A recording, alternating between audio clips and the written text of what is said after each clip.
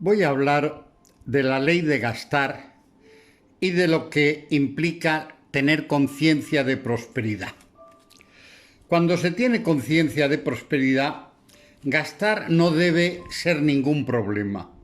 Por el contrario, el miedo a gastar debería ser lo que constituiría el problema, porque estaría significando que se sigue teniendo miedos a la pobreza o a dejar partir nuestra energía acumulada, que sería el dinero, ya que el dinero hemos dicho que es energía acumulada. Por el contrario, cuando carecemos de conciencia de prosperidad, entonces el gastar sí es preocupante, por cuanto puede estar significando que uno no acepta mantenerse en el nivel en el que la vida hoy o las circunstancias ocasionales le han puesto. Y que ese halo de energía extra que se tiene es como un traje que viene grande y sentimos como que no nos merecemos todo lo que tenemos. Y por tanto tenemos que sacudirnos rápidamente esa energía gastándola o perdiéndola. Ese es uno de los grandes problemas que tiene la gente que hereda cantidades importantes o les toca la lotería. En su mayor parte, en cuestión de pocos años, habrá perdido la mayor parte y volverá a tener un nivel parecido al que tenía anteriormente. Hay una persona en Estados Unidos que se ha especializado en asesorar y aconsejar a gente que hereda o tiene de pronto grandes cantidades de dinero. Porque es cierto que si no se tiene conciencia de prosperidad, en pocos años se puede perder una fortuna que se pueda heredar o que se pueda ganar. Un caso curioso que, pues es cierto, y es que las prostitutas, cuando empiezan en esa profesión, digamos, es muy fácil que, a pesar de que ganen mucho dinero, nunca tengan ahorros. Porque precisamente al tenerse que meter en esa profesión, su autoestima baja muchísimo. Y esa bajada de autoestima les produce el que no son capaces de acumular esa energía extra que les llega.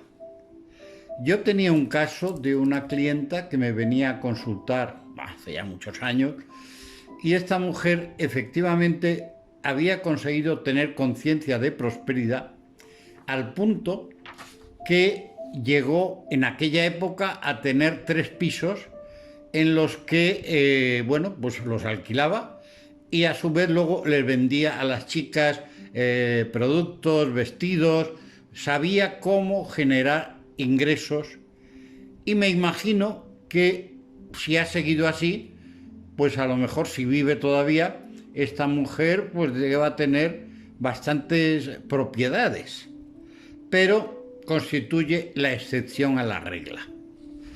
Entonces, decimos que gastar es un elemento importante en en el ciclo energético, porque así como ha pasado ahora recientemente, que de pronto se han puesto a acumular todo el mundo papel higiénico, y había en las casas cantidades de papel higiénico, pero había muchas familias que no podían ni usarlo. Entonces, eso es lo que pasa cuando hay un pánico y la gente saca los ahorros de los bancos. Entonces se produce un estancamiento de la energía que no permite que el dinero fluya.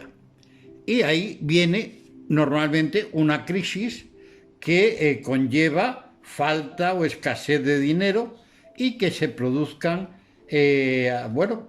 inflación y todos los problemas que eso conlleva.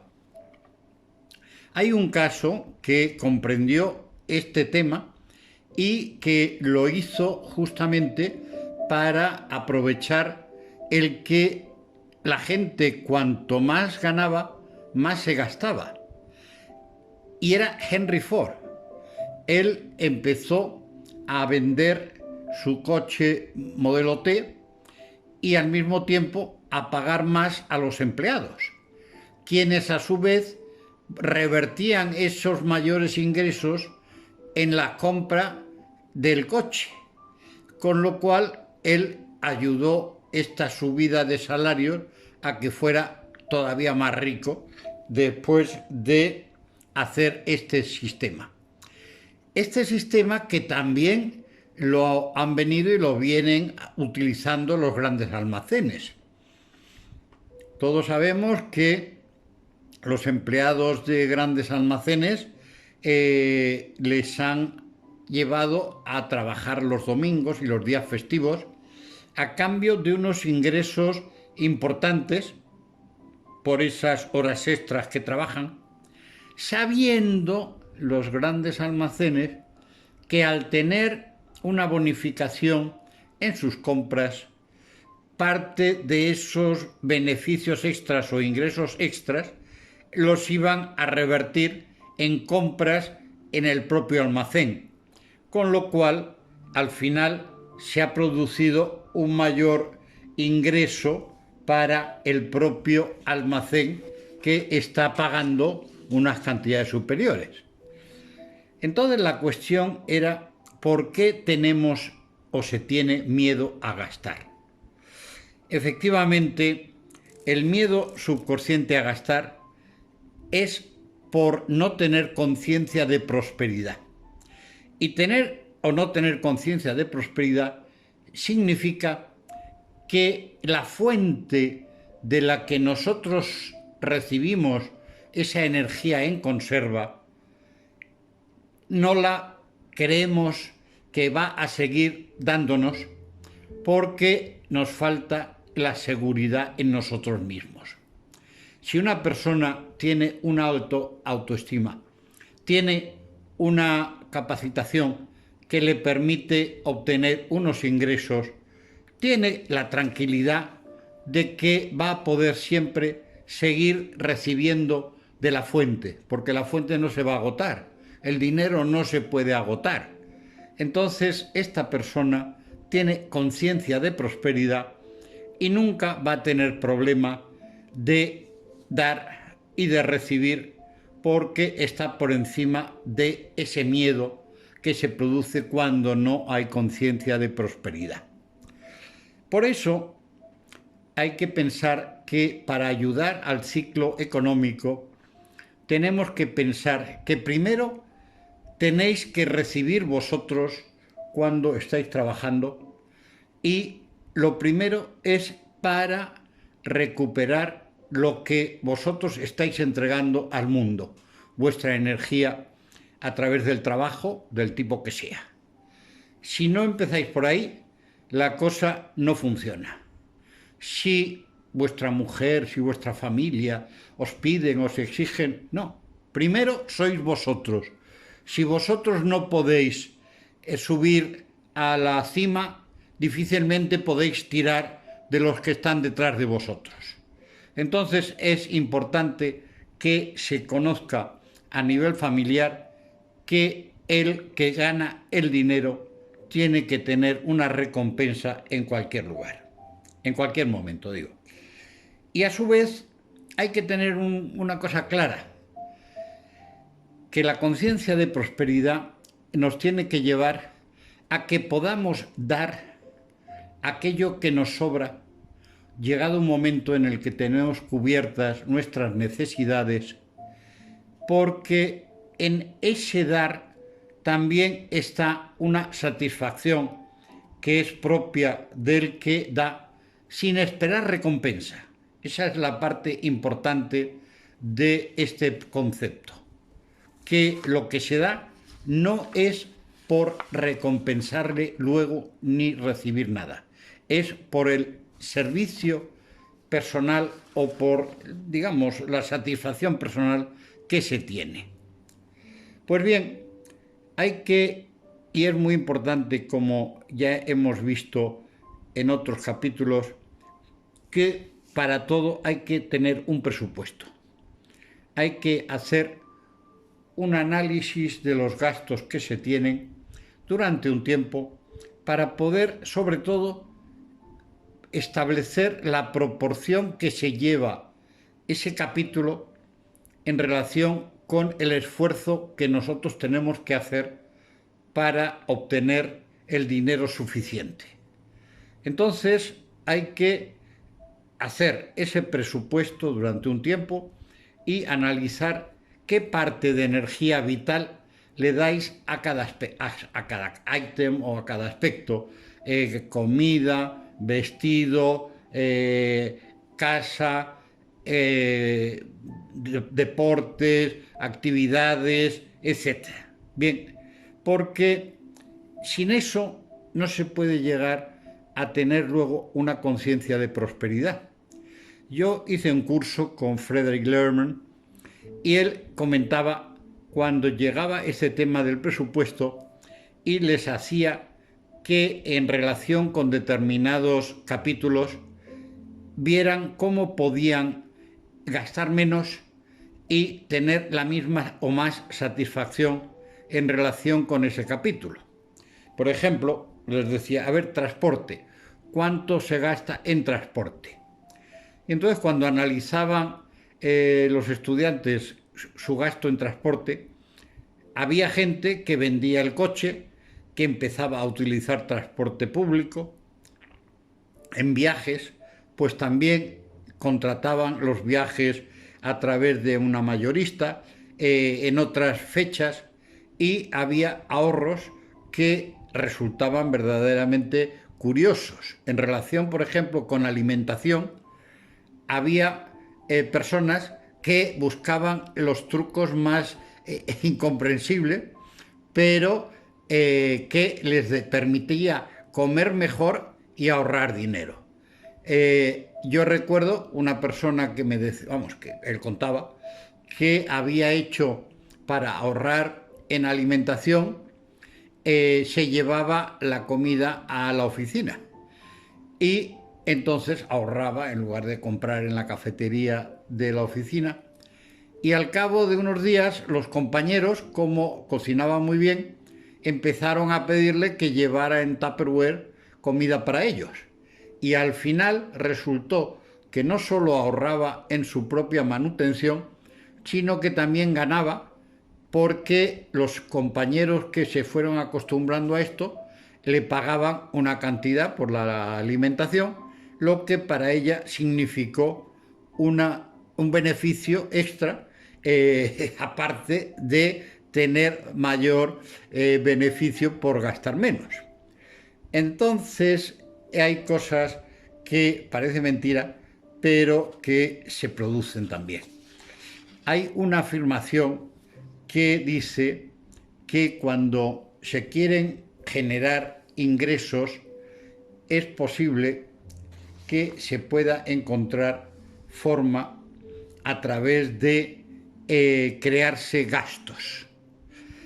Yo conozco los cursos que se dieron en mi club de control mental, que los instructores casi siempre contaban alguna anécdota de situaciones en las que ellos habían aumentado sus gastos y se había producido en paralelo un aumento de los ingresos para contrarrestar esos gastos. Bueno, yo puedo contar un caso mío que también parece que es un poco curioso. La moto que yo tengo actualmente, que la tengo ya hace 30 años por lo menos, esta moto yo la vi una vez, es una Honda Helix, la vi por primera vez en Madrid, en el Paseo de la Castellana, y me encantó. Dije, bueno, a ver, yo quiero tener esa moto. Estuve mirando por las tiendas y al final había una que podía importarla, pero la cifra era bastante importante en aquella época. Pero yo tenía ilusión de tener esa moto. El caso es que por una parte venía el problema económico y por otra parte mi deseo de tener la moto. Bueno, yo no sé cómo fue. El caso es que una operación que tenía que hacerse en el despacho se adelantó y consecuentemente resultó que yo obtuve unos beneficios más importantes y antes de lo que yo esperaba. Con lo cual, el día que yo cobré esas cantidades, me fui a la tienda y afiancé o apalabré la moto que estuvo luego aquí al cabo de un mes, porque era de importación, pero se produjo precisamente por mi deseo de tener esa moto. Se dice que los hijos traen un pan debajo del brazo. Yo no sé si es que traen un pan debajo del brazo, pero lo cierto es que cuando uno se tiene que enfrentar a hacer unos gastos adicionales, de alguna manera empiezan a surgir ideas de cómo conseguir unos ingresos extras que permitan hacer frente a los pagos que se van a tener que hacer. Y ahora, ¿qué pasa cuando se tienen deudas? Bueno, las deudas en principio, si hemos vivido mal, porque no conocíamos todo lo que se ha aprendido en este curso y no teníamos conciencia de prosperidad, pues ahora habrá que hacer frente a lo que se debe. Que lo que se debe no quiere decir que hay que pagarlo ya. Toda deuda tiene una forma de negociarse, un plazo para pagarla y hasta que no esté en una sentencia firme y sea ejecutiva, no tiene necesariamente que pagarse. Entonces yo aconsejo que si por locuras, por desconocimiento, habéis llegado hasta este momento y tenéis una situación con deudas, no va a haber muchos abogados de empresa que no estén dispuestos a negociar con el cliente que quiere pagar una forma de pago que les garantice a ellos el cobro y que implique un tiempo para poder hacer frente al pago. Entonces, negociar, negociar y negociar, porque siempre se puede llegar a un arreglo con cualquier empresa de una manera o de otra. Por lo tanto, ese es mi consejo en relación con las deudas.